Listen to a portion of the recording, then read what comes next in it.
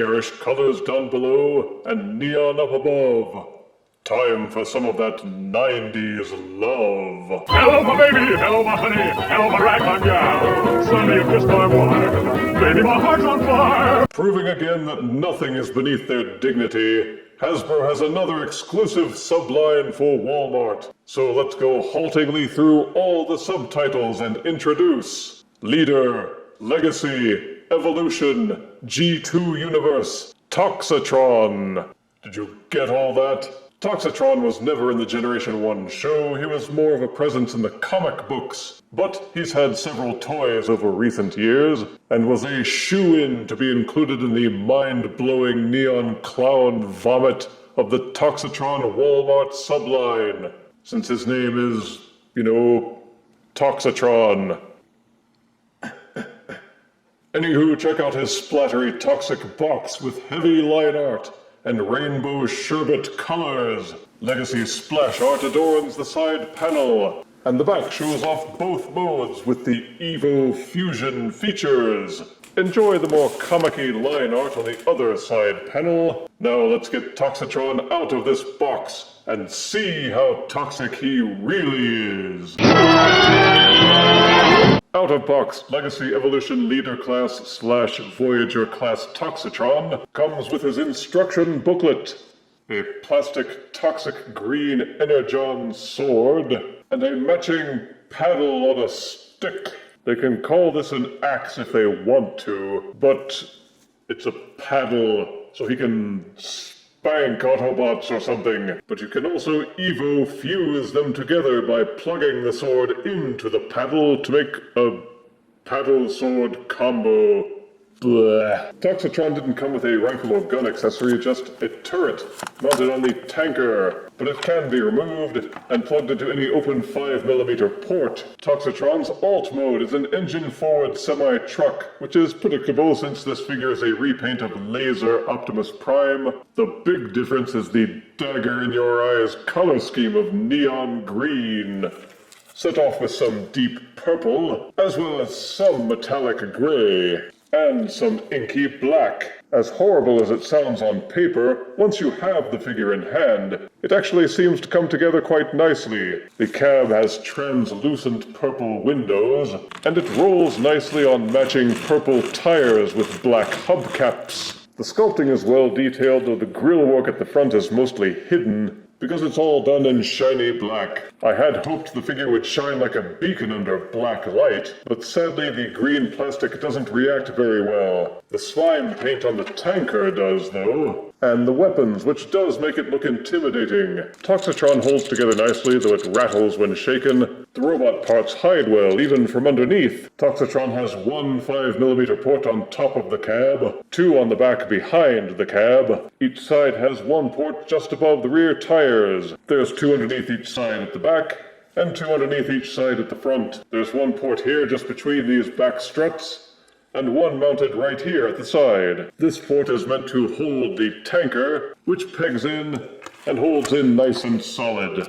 Though if you plug the tanker onto the back of the truck, you can no longer store the paddle. Underneath the truck at either side are these two tabs just underneath the ports. These are meant to plug in the sword accessory with these two tabs on the hilt. They snap together and hold in place, allowing him to carry the sword around underneath, where I'm sure it's nice and safe. Fold up the axe accessory. The axe handle tabs right in, and stores that weapon as well. You can fold this section out from underneath the tanker, so that it can stand by itself without needing to plug into the truck. But wait, there's more. Take the front of the truck and unfold it, then split the tanker halves apart and fold them down. Fold this little ramp down at the front, and take this tower section. It folds and accordions in on itself. Rotate the turret so it's pointing up again, and rotate this section so that it's pointing forward. Then you can unfold this claw arm and angle it any way you wish. And this is Toxitron's tanker truck in its base mode. The base mode allows you to store the weapons independently. You will see some matching tabs here on the inside, where you can plug in and store the sword. And this little H-shaped hole here is meant to accommodate the paddle. Plug that in and it stores nicely. As with most things which Hasbro says we're supposed to pretend are bases, or battle stations, the expanded tanker is kind of lame. It's too small to serve as an actual fortress unless you're a micromaster. No Deluxes or Voyager can use this ramp, but at the same time as it being too small to be a base, it's also too big, because it takes up a lot of shelf space without actually doing anything awesome. The best you can do is use the open 5mm ports on either side to mount in extra compatible weapons and accessories, or just keep it as a tanker and stick it someplace out of the way. The best that can be said about it is that it's relatively quick and easy to transform, so you can easily slide it back and forth between whichever mode you find least disagreeable.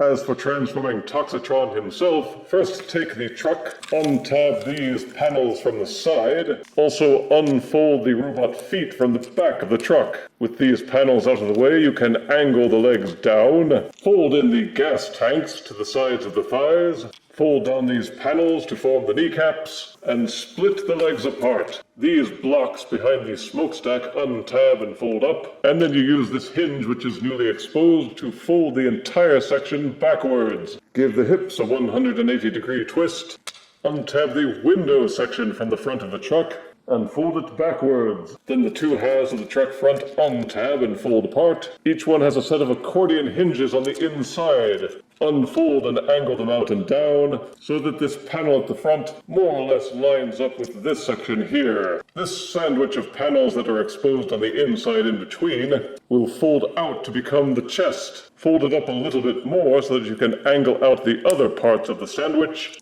to make the mighty robot abs. Confused yet? It gets worse. The robot arms now fold out from this section behind the truck, angle them forward so that they are inverted, and flip Toxitron's head forward and down to fill in this nice little gap. And fold up these panels. You'll need to angle things so that these tabs here have some clearance, but once these side panels have been folded up, they will tab into the gray panel behind it. And you guessed it, you then take the abs and the chest and tab those down until they lock into place. With all that done, you can finish angling the arms forward and tab them in. You will see that these parts of the arms don't line up. Rotate them until they do. These parts of the forearms fold up and allow you to flip out the hands.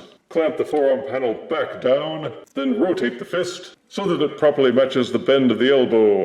Then you can finish angling the shoulder panels back down until they clamp into place and are flush. Fold down the fronts of the shoulder pads. Then the truck windows fold forward and tab in right behind the neck. Because of the mammoth shoulder parts, I was prepared to dislike this figure. But there's a certain je ne sais quoi when the colors and the look hit on a combination that's slightly stronger than my inertia. The colors are still neatly applied, and the purples are set apart with just enough green that no one thing in particular gets drowned out. And there's a lot of detailing to be sure, with lines, ridges, and bebops all over. Toxitron feels solid with some good heft, and there's no visible hollowness, except for these cavitied sections on the backs of the shins. Everything else is closed up, even the shoulder pads, though it is a bit cheap how they covered up the actual shoulders with these little plastic flaps to present the illusion of big, thick shoulders. There are a number of 5mm ports, one in each hand, one on the side of each shoulder pad,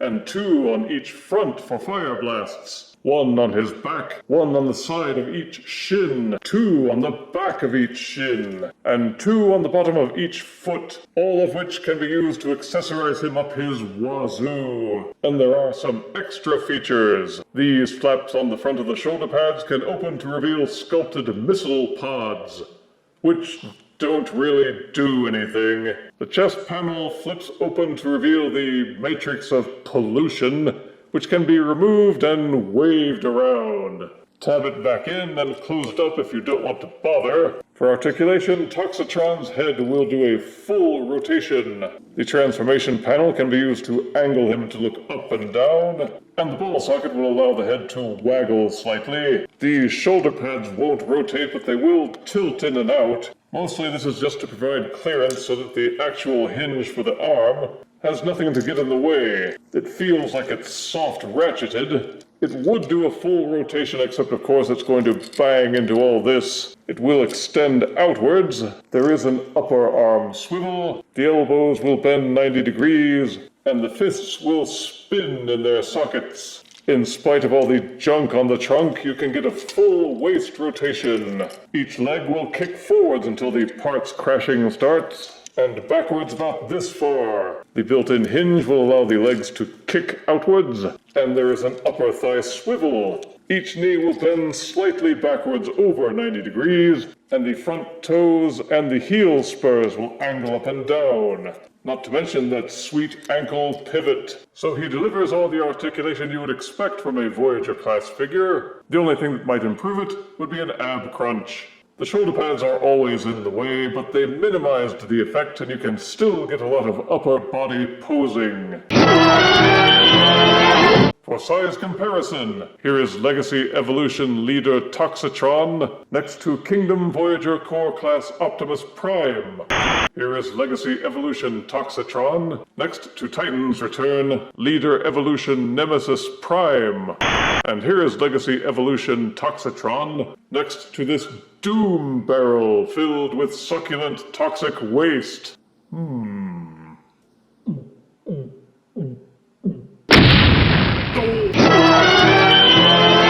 Leader Toxitron is the first of this mold I've examined, and I admit I may have been missing out. But I'm still glad I waited so I didn't have multiple copies to deter me from this one. Positives are the vehicle component has good alt and robot modes with a transformation that isn't too difficult. You'll have to decide for yourself if the colors put you off, but if neon is your thing, you'll love what they did here. This leader also comes with the proper amount of extra plastic to make it worth the price point, unlike some others Hasbro has done recently.